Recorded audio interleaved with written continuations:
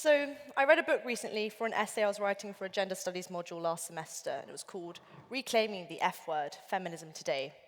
So there are a few chapters in this book that really stood out to me, but one sentence that really struck home.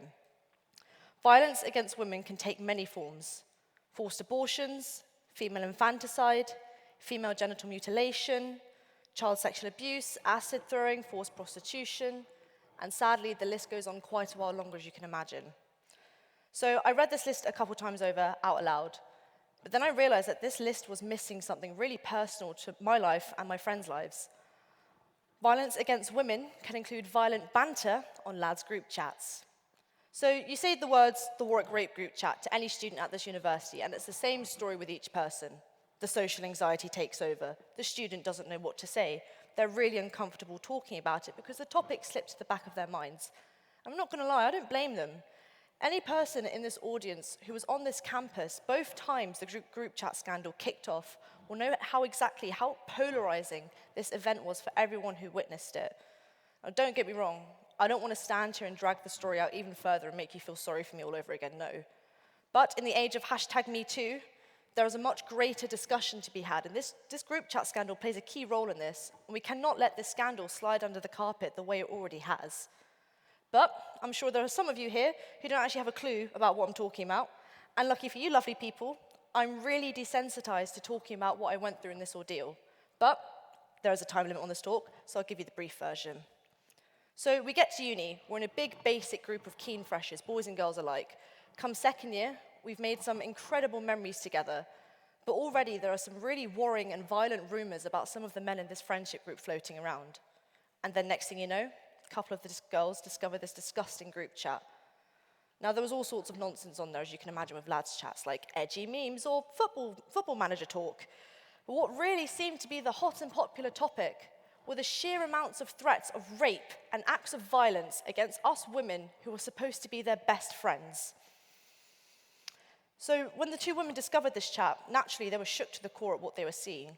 And who can blame them? They couldn't keep quiet about it. So when they went to the men, the worst perpetrators, the ringleaders of this chat, and demanded answers, they weren't given answers. Instead, these men thought it would be really clever to use the contents of the chat and threaten the women with it in order to keep their silence. But they couldn't keep quiet, as I said. So then the rest of us found out. So myself and a couple of other women involved, we didn't want to believe any of it at first. In fact, we were in complete denial. I tried rationalizing everything. I tried making excuses for these men because I told myself, these are my best friends. I know them better than this. But then it became clear that the worst of these men were not sorry. They didn't even see the wrong in what they had done. In fact, some of them told us that we should have taken it as a compliment that we were being talked about in this way. And then it became clear that, as I said, that these men were not sorry. But what remained so scary and so terrifying about the very aspect, the very essence of this group chat, was how normalized this violent attitude towards women was within the chat. The way the men constantly egged each other on to make worse and worse and more violent and violent threats about us women who were supposed to be their friends. And some of the men, I must say, there were some men who witnessed the chat and they were on it, but they never participated, they never joined in on any of the jokes. And I never got to say this before, but when we confronted these men and begged for them to help us get to the bottom of the situation, these men, they really helped us get clarity on things. They were completely transparent and completely honest. And those men, they know who they are. I just want to say I will always be grateful for their help in getting to the bottom of things. So come June 2019, the Warwick Run newspaper, the Warwick Boar, broke the story in the group chat, so everyone on campus knew about this.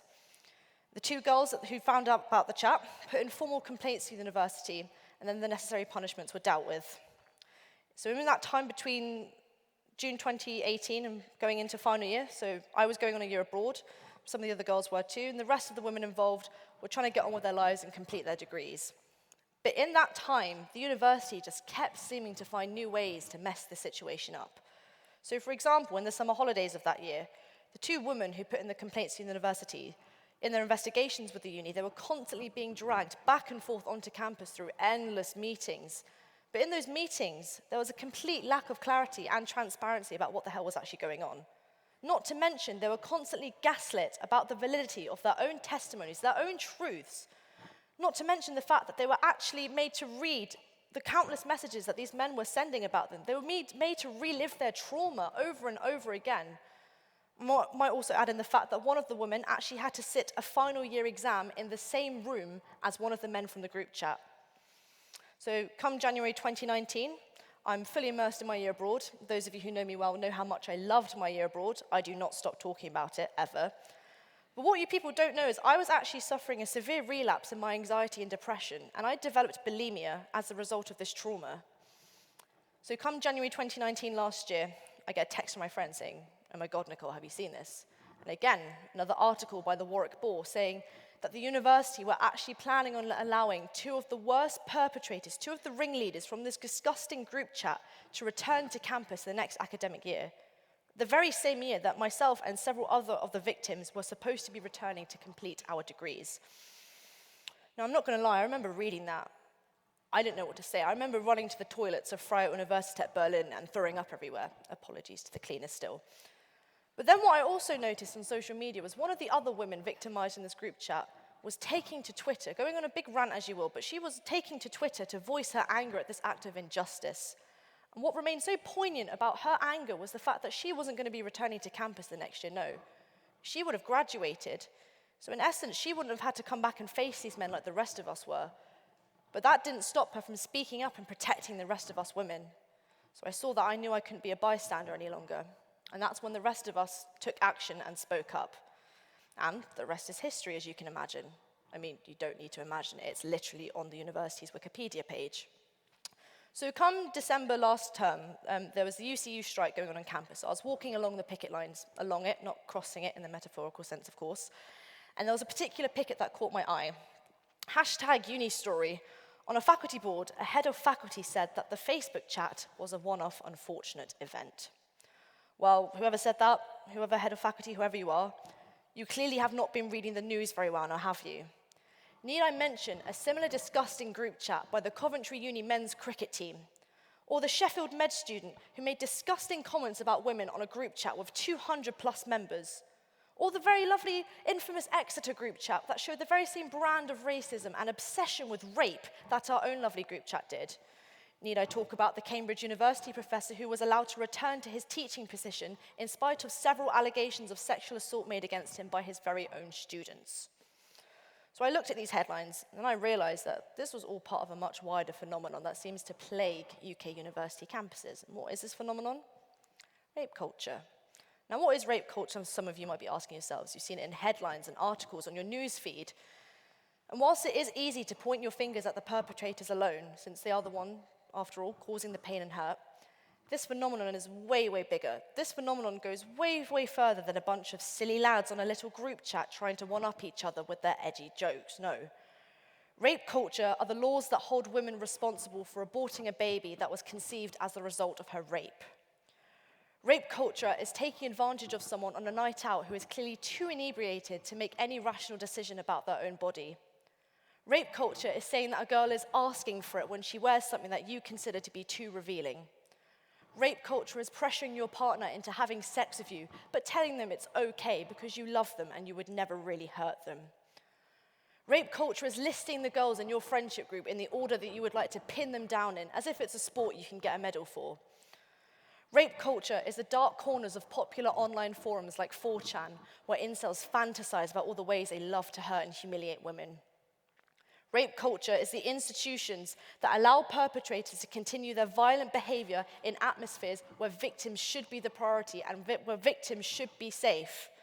And as my favorite gender studies writer, Kristen Soleil, puts it, rape culture is the rape joke and the audience that laughs along.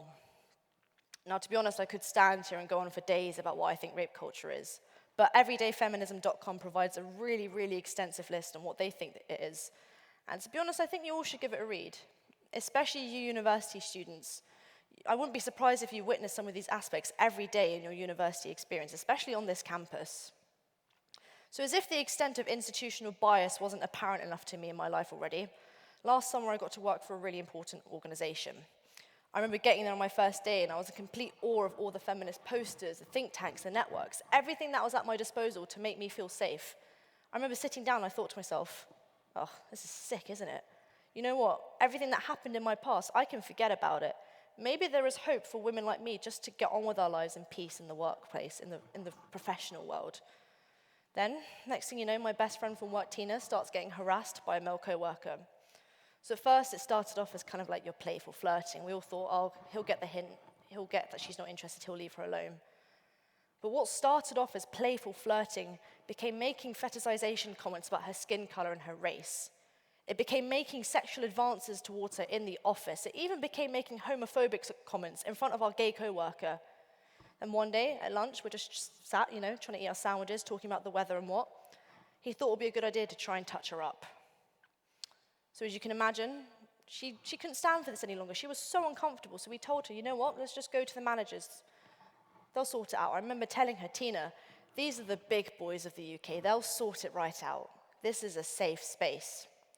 So when she sat down with one of the managers to voice her concerns over this man, and I overheard this entire conversation, well, eavesdropped. I overheard this entire thing, that's what matters. But then my friend was continually blamed for the actions of this man that made her so uncomfortable she couldn't come back into work for a few days. She was actually asked things like, why didn't you report it sooner? It's not like he pushed you into a corner and forced himself on you, now did he?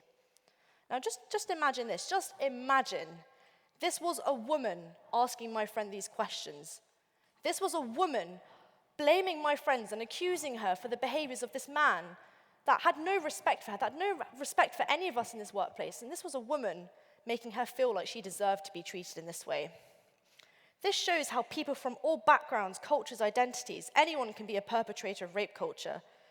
But this shows how this rape culture is crystallized even in the highest ranks of our society. So the people who run our state, our media, our economy, they're all capable of being perpetrators.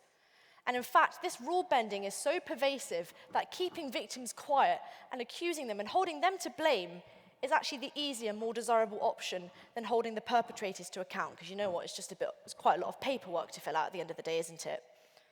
So as I said, I overheard this entire conversation.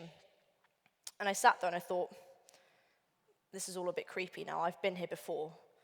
And I wouldn't be surprised if many of you thought the same. For example, how many of you in this audience have been harassed or made to feel uncomfortable by someone you know, a co-worker, a flatmate, a colleague, and then you told yourself, I don't want to cause anyone trouble. I don't want to make an issue out of nothing. Nothing happened. I can live with it. It's fine. And sadly, my friend ended up doubting herself in this very way because of this woman who made her feel guilty. So as I said, I sat there and I thought, this is all a bit creepy now. I've been here before. I've seen this before. I immediately thought of the way my two friends who put in the complaints to the university, they were asked in their investigations things like, have you ever been in a relationship with any of the men from the group chat? I was asked this in a counseling session back in 2018. Just imagine this. Speaking on live radio this time last year, a female presenter actually had the nerve to ask me on live radio whether or not I'd had sex with any of the men from the group chat, as if our choice in romantic and sexual relations meant we deserved to go through any of that, as if it meant we deserved to have our best friends make these disgusting threats about us behind our back, as if we deserved to go through any of that. So yeah, and that's when it became clear to me how widespread this problem is. I was even asked things at the time when I first discovered the chat by the people who were closest to me, the people who were supposed to have loved me. I was asked things like, you don't think they would ever really hurt you now, do you? I was asked things like, it's not like they went through with anything they said on the group chat, did they? And this all shows the systematic violence that exists and the systematic violence that forces victims and women into submission and into keeping quiet. Accusing victims and holding them to blame for the actions of a perpetrator is only ever going to remove accountability from the people who've caused this pain in the first place. And we wonder why so many victims are so terrified of speaking up about their experiences. It explains why so many of us women victimized in this group chat were so reluctant to talk about this for the longest time, especially when, like I said, the people closest to me were asking me things like this.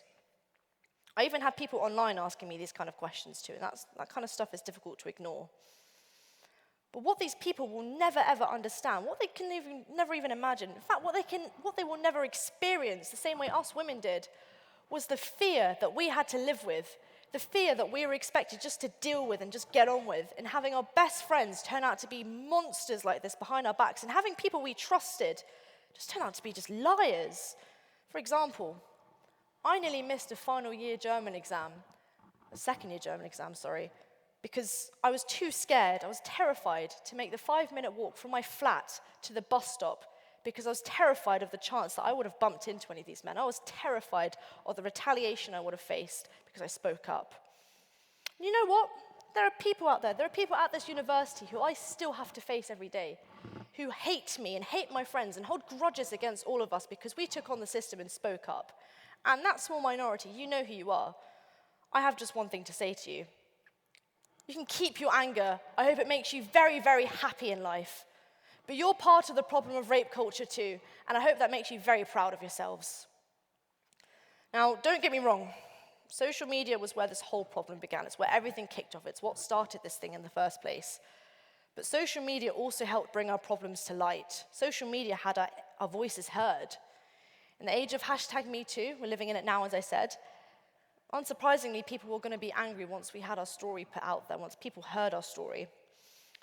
My two very brave friends who took on the university, they never gave up in their effort. They never gave up in trying to protect us, not just us, but every other victim on this campus. And then I saw my friend taking to social media, and that's when I knew I couldn't be a bystander any longer. So then, my best friend Heather and I went on Twitter, going on our usual Twitter rants as you do, and started throwing around the #ShameOnYouWarwick as a joke. What we did not expect was to wake up the next morning and see that our story had gone viral. The hashtag had thousands of uses. My mentions were blowing up. My DMs were flooded, which doesn't happen often at all, mind you. And I had Victoria Derbyshire's assistant herself on the phone begging me to speak on live TV and share my experience. Now, I'm not going to lie. I look back and none of it feels real. I can't even replicate the kind of feelings I had back then. I can't even imagine what I was going through. It feels more like a black hole I was sucked into without any control over what was going on. Everything was just happening in front of my eyes, and I just had no power over it. The university had made their decision to abandon us and let these men return to campus and put us in danger, and we were expected just to live with it, just to act as if nothing happened. But for the first time, people were angry for us, and people were angry with us. People were actually listening to us.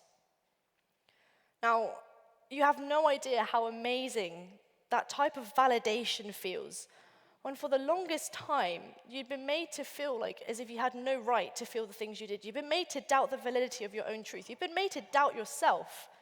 And then people just start to listen. People start to care. You can't imagine how amazing that felt for us back then. Because as victims stood together and spoke up, people actually listened and people noticed and people paid attention. Social media was used as a tool to humiliate us and degrade us in private, but it also became our very saving grace in public. But don't get me wrong, I was terrified at first, so I spoke on the radio and TV under the alias Sarah.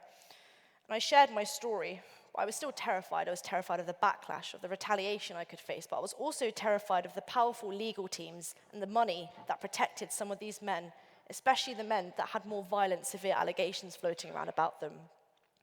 But when I spoke on TV and radio, I knew I wasn't just speaking for myself anymore, but I was speaking for any other woman that those vile men hurt both on the group chat and in real life. And then something else also became clear to me. I wasn't just doing this for us anymore, but I was speaking up for any other victim of sexual violence at this university who have been failed by this institution. And that became clear when the protest went ahead on campus.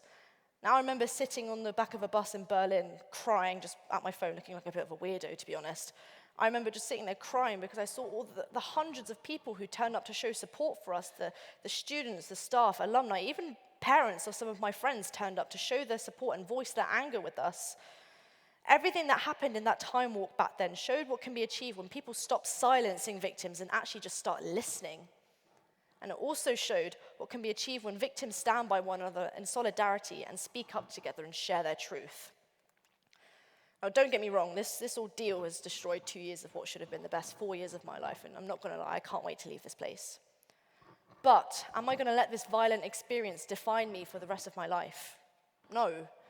Fair enough, it has made me who I am today. It's shaped the woman I've become. But I'm not going to let it define who I want to be going forward in life, no. Instead, I think the lessons I've learned from this experience are going to be what I take forward. And to be honest, I think we all have something really valuable we can learn from the Warwick group chat scandal. Yes, the system is flawed. It's so incredibly flawed. It's so flawed I could do another TED talk about it, frankly. But we have to continue to hold it to account. And we have to continue to challenge it. We challenged the system once before when the system was determined to see us fail and when the system abandoned us. And since then, the university have committed to change. They have committed to protecting their students better in future. And we've already started to see that promise come to light. But we have to continue to hold them to that promise. Now, don't get me wrong. I am not an authority on how to promote positive intersectional care politics at university. I do not have a gender studies degree. I don't have a degree actually at all. But what I will say at the very least, what we can actually just start doing, something so simple, what we can start doing is actually just listening to one another instead of just trying to brush each other under the carpet, instead of just ignoring each other. People listening to us women back then made all the difference in our lives when all hope seemed lost and the system abandoned us. If we listen to each other more in the future, maybe these systematic failures might never ever happen again. Thank you for coming to my TED Talk.